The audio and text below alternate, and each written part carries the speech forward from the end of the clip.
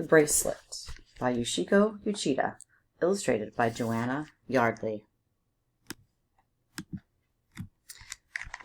Emmy didn't want her big sister to see her cry. She wiped the tears away quickly, but couldn't wipe away the sadness inside.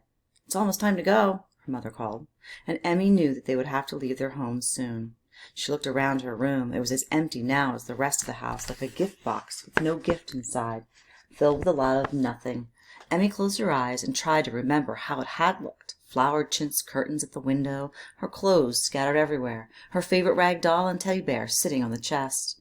She could even remember how the whole house looked if she closed her eyes and kept pictures of it inside her head. Emmy and her family weren't moving because they wanted to. The government was sending them to a prison camp because they were Japanese Americans, and America was at war with Japan. They hadn't done anything wrong. They were being treated like the enemy just because they looked like the enemy. The FBI had sent Papa to a prisoner of war camp in Montana just because he worked for a Japanese company. It was crazy, Emmy thought. They loved America, but America did not love them back, and it didn't want to trust them.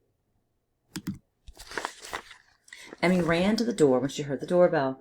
Maybe, she thought, a messenger from the government would be standing there, tall and proper and buttoned into a uniform. Maybe he would tell them it was all a mistake, that they didn't have to go to camp, after all.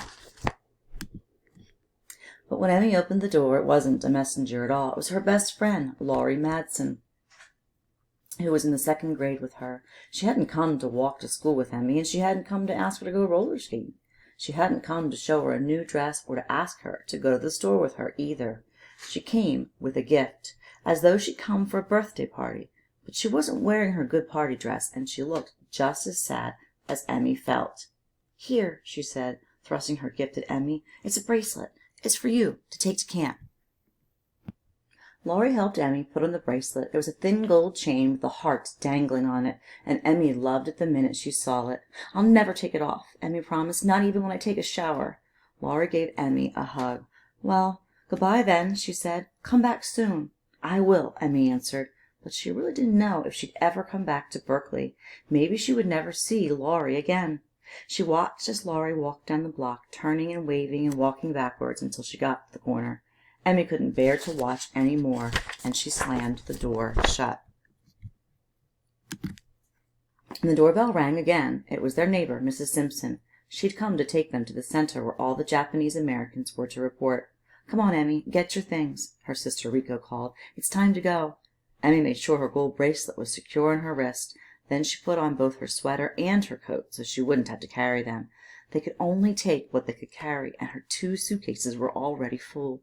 Each family had a number now, and Emmy put tags with their number, 13453, on her 2 suitcases. Mama took a last look around the house, going from room to room. Emmy followed her, trying to remember how each one had looked when they were filled with furniture and rugs and pictures and books. They went out for a last look at the garden that Papa loved. If he were here now, Emmy knew he would pick one of the prettiest carnations and bring it inside. "This is for you, Mama," he would say, and Mama would smile and put it in her best crystal vase. But now the garden looked shabby and bare. Papa was gone, and Mama was too busy to care for it. It looked the way Emmy felt, lonely and abandoned.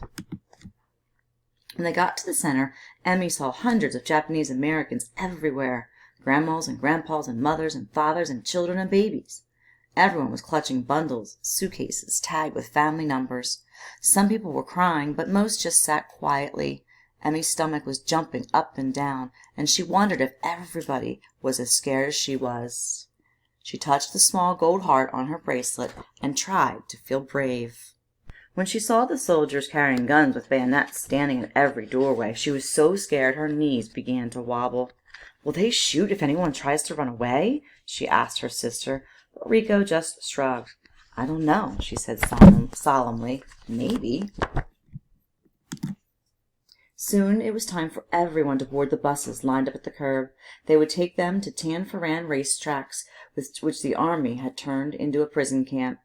As the bus started down the streets that she knew so well, Emmy kept her eyes on the window. They passed the Cato grocery store where Mama used to buy bean curd cakes and pickled radishes.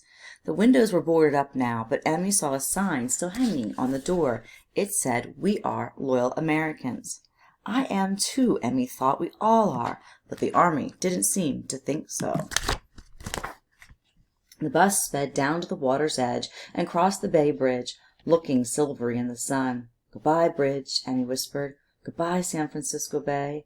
Goodbye, seagulls." Emmy glanced at her sister sitting next to her and could tell that she was trying hard not to cry. "Stupid army," Rico was muttering. "Stupid war." And then they were at the Tanforan racetracks. There was a barbed wire fence all around it, and guard towers at each corner. Armed guards swung open the gates, let the buses in, and then closed them so no one could get out. They were locked in.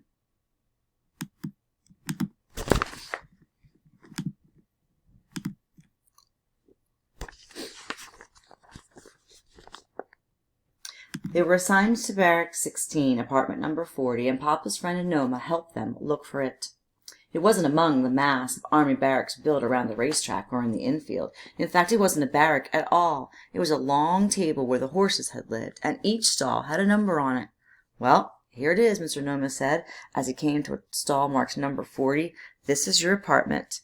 Emmy and Rico peered inside. "Gosh, Mama, it's filthy." No matter what anybody called it, it was just a dark, dirty horse stall that still smelled of horses. And the linoleum that laid over the dirt was littered with wood shavings, nails, dust, and dead bugs. There was nothing in the stall except 3 folded army cots lying on the floor. Mama tried to cheer them up. "I'll have Mrs. Simpson send us materials for curtains," she said. "It'll look better when we fix it up." But Emmy could tell Mama felt just as bad as she did, and no one could think of anything more to say. Mr. Noma went to get mattresses for them. "I better hurry before they're all gone," he said, and he rushed off because he didn't want to see Emmy's mother cry. But she didn't cry. She just went out to borrow a broom and swept out the dust and the dirt and the bugs. It was just after Emmy and Rico had put up the army cots that she noticed. "My bracelet's gone!" Emmy screamed. "I've lost my bracelet!" Emmy looked in every corner of their stall along the ramp that led to their stable. Mama and Rico helped her, but no one could find it. It was getting dark, but Mama got out her flashlight, and they walked back along the racetrack, re-stepping every step they'd taken. The track was muddy and full of puddles the rain had left the day before. They looked and looked, but they couldn't find Emmy's bracelet anywhere. It was time now to have supper at the grandstand. Emmy stood with Mama and Rico at the end of a long, weaving line, each of them clutching a plate and fork. But all she could think of was her bracelet. Already she'd lost the one thing that would help her remember her best friend. Emmy wanted to cry. The next day, as Emmy unpacked her suitcase, she found her favorite red sweater. She remembered how she and Laurie had both worn their red sweaters on the first day of school. They'd had matching lunch boxes, too. And after school, they'd gone to fly kites in the vacant lot near home. Emmy could just see the red and yellow kites dancing in the wind. Suddenly, Emmy knew she was remembering Laurie that very minute, right inside her head, just the way she could remember every room in her house in Berkeley. Maybe, she thought, she didn't really need the bracelet to remember Laurie, after all.